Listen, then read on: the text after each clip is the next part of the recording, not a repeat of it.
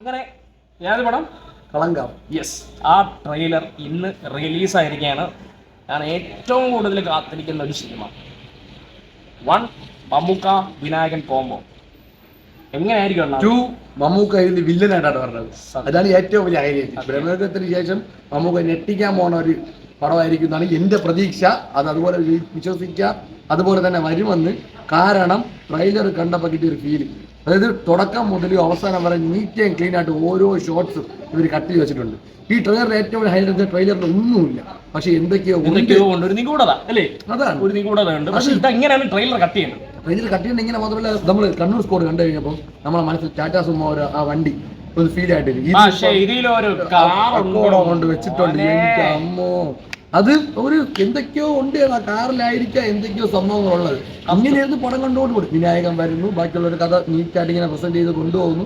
എല്ലാം ഓക്കെ പക്കയായിട്ട് ഇങ്ങനെ കൊണ്ടുപോയി കളങ്കാലം കരുതി കാണിച്ചു. അപ്പോൾ ഞാൻ ആലോചിച്ചു, മമ്മൂക്ക ഇല്ലേടി, മമ്മൂക്ക് 5 പെട്ടി സീറ്റ് ഒന്നും ഇല്ലല്ലോ, ട്രെയിലറിൽ കാണിക്കല്ലോ, ചിലപ്പോൾ മമ്മൂക്ക ഇല്ലായിരുന്നു എന്ന് പറയുന്ന അടുത്ത സ്പോട്ടിൽ 5 സെക്കൻഡ് ഷോട്ടുള്ളൂ, വെറും 5 സെക്കൻഡ് ഒരു സീനുണ്ട്. എന്തോ കിട്ടില്ല സാധനം, കിട്ടില്ല സാധനം, കിട്ടില്ല സാധനം, വേറെ ഒന്നുമില്ല. 5 സെക്കൻഡിൽ നമുക്ക് ഹൈ തരാൻ പറ്റുന്നുണ്ടെങ്കിൽ മമ്മൂക്കയ്ക്ക് മാത്രമേ പറ്റുള്ളൂ. ഈ പടം ഷുവർ ഷോട്ട് വിന്നറായി. എന്തുകൊണ്ടും ടൈഗർ നമുക്ക് നല്ല ഇഷ്ടപ്പെട്ടിട്ടുണ്ട്. ഒരു രക്ഷയില്ല. മമ്മൂക്കയുടെ കിടിലം November 27 just wait and see. നാളെ കാന്ത റിലീസ് ഉണ്ടോ? കാന്തയെ പറ്റിയിൽ പറയണ്ടെന്ന് വിചാരിച്ചതാണ്. എന്നിരുന്നാലും പറഞ്ഞ സ്ഥിതിക്ക് ഞാൻ പറയാം. കാന്ത November 14 Dulquer Salman, pan Indian super star Dulquer Salman നായകനായി വരുന്ന, തമിഴിലും തെലുങ്കിലുമായി റിലീസ് ചെയ്യുന്ന കാന്ത എന്ന് പറഞ്ഞ ചിത്രം നാളെ റിലീസാവുകയാണ്. എല്ലാവരും നിങ്ങളെ ഒരിക്കലും ഈ പടം നിരാശപ്പെടുത്തില്ല.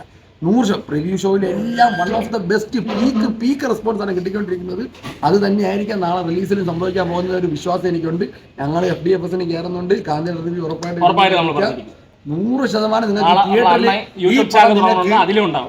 ഈ പടം നിങ്ങൾക്ക് തിയേറ്ററിൽ ഉറപ്പായിട്ട് നിരാശയാവില്ല എന്നെനിക്കൊരു പ്രതീക്ഷ ഉണ്ട്. വൺ ദുൽഖറിന്റെ മാക്സിമം എഫർട്ട് ഈ പടത്തിൽ കാണാം. അപ്പോൾ ഗൈസ് അത്രേ ഉള്ളൂ. ബൈ. പുള്ളിയാണ് കൂടുതൽ പറഞ്ഞത്. എന്നാലും പുള്ളിക്ക് അത്ര ഇഷ്ടപ്പെട്ടു, എനിക്കും ഇഷ്ടപ്പെട്ടു. പക്ഷെ പുള്ളിക്ക് പറയണമെന്ന് ആഗ്രഹിച്ചാണ് ഞാൻ പിന്നെ പുള്ളിക്ക് അങ്ങ് വിട്ടുകൊടുത്തത്. അപ്പൊ എന്തായാലും നാളെ എല്ലാവർക്കും ഒരേപോലെ പറയും, അത്രേ ഉള്ളൂ. സ്നേഹം മാത്രം. അതെന്തിനാ അങ്ങനെ പറയില്ല.